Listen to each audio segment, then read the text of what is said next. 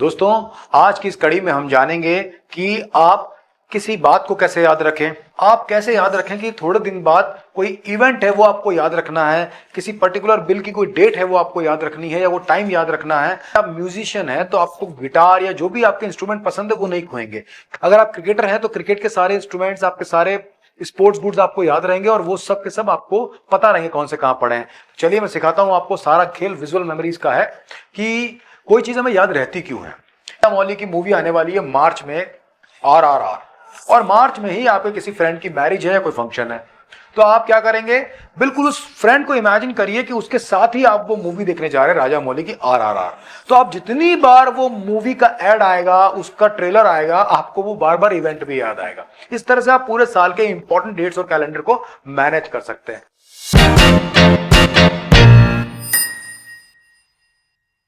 नमस्कार दोस्तों, मैं हूं doctor Vinod Sharma, ब्रेनीवुड brain science से और साथ ही साथ प्रोफेसर ब्रेनीवुड ब्रेन साइंस। और अब हम लेकर के आए हैं आपके लिए मेमोरी टेक्निक और मेमोरी प्रोग्राम, जिसकी मदद से आप कर रहे हैं अपने दिमाग को तेज और लाइफ को आसान। दोस्तों, आज की इस कड़ी में हम जानेंगे कि आप किसी बात को कैसे याद रखें। अगर दिमाग में कोई थॉट आ रहा है और बाद में अचानक ध्यान आता है कि क्या सोच रहा था मैं, वो निकल गया, तो वो कैसे याद रखें।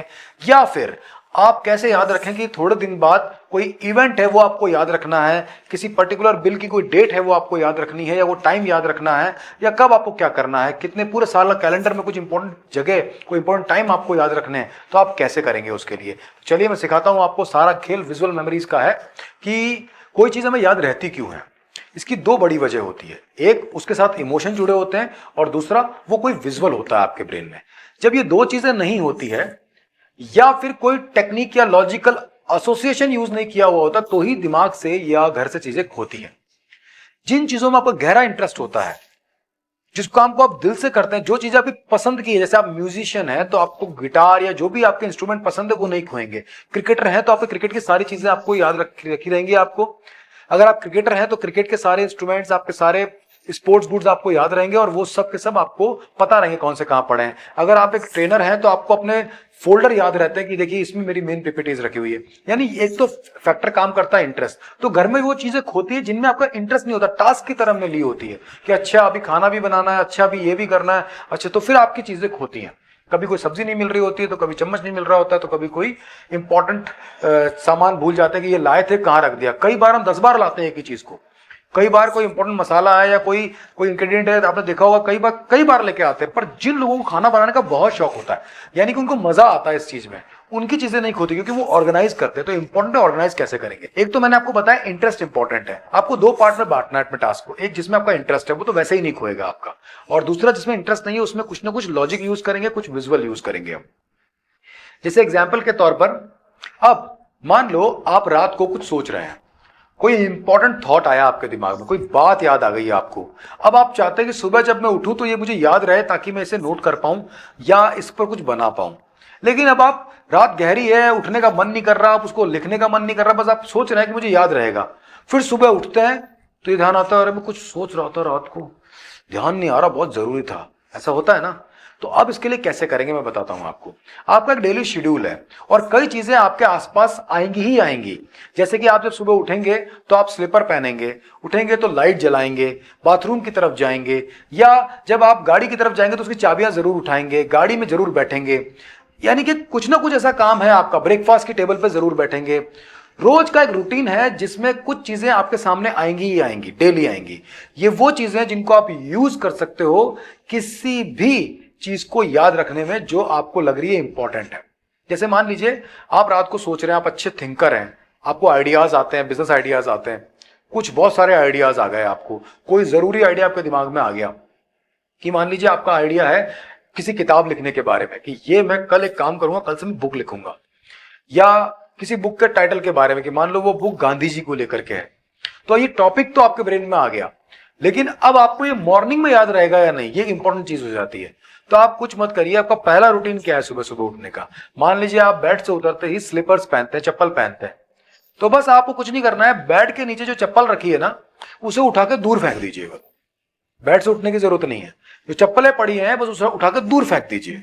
तो अब आप सुबह उठेंगे और जैसे स्लीपर पहनने के लिए अपने पैर आगे बढ़ाएंगे, आपको दिखेगी स्लीपर तो यहां ही नहीं, सामने पड़ी है बहुत दूर।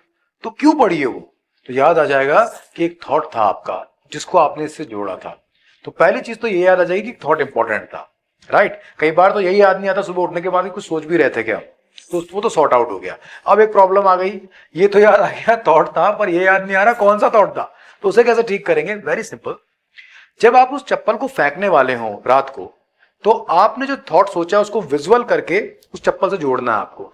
मान लीजिए आपने गांधी जी पर एक किताब लिखने की सोची है, तो इमेजिन करिए कि ये जो चप्पल है ये गांधी जी ही पहन कर गए हैं और वहां रख दी है उन्होंने, और अभी भी पहन रखी है, और उनके हाथ में एक किताब है।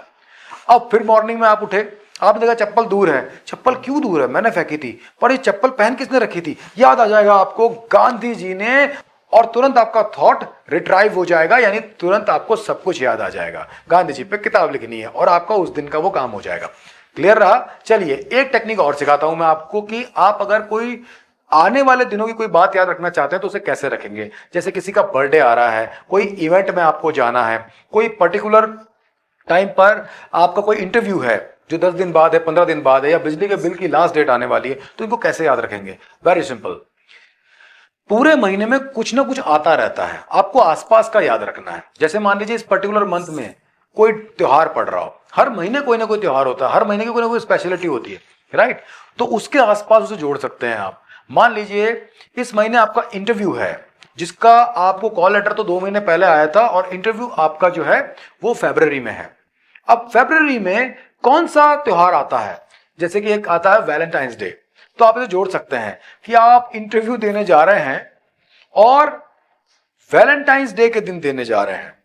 आप इंटरव्यू में बकायदा गुलाब का फूल और चॉकलेट दे रहे हैं, राइट। और सामने वाला जो है वो बड़ा खुश हो रहा है और वो भी बोल रहा है आपको हैप्पी वैलेंटाइंस डे, राइट। अब सामने वाला है, सामने वाली है, वो तो आपकी इमेजिनेशन पर डिपेंड करता है, लेकिन आपको ये बात याद रहेगी कि फरवरी में मेरा इंटरव्यू है, बस। तो ये जो फरवरी जब आएगा और वैलेंटाइंस डे की जब जब बातचीत होगी, आपको अपना इंटरव्यू ध्यान आएगा, तो वो कॉल लेटर, वो डेट, वो सब आप ध्यान से संभालते रहेंगे।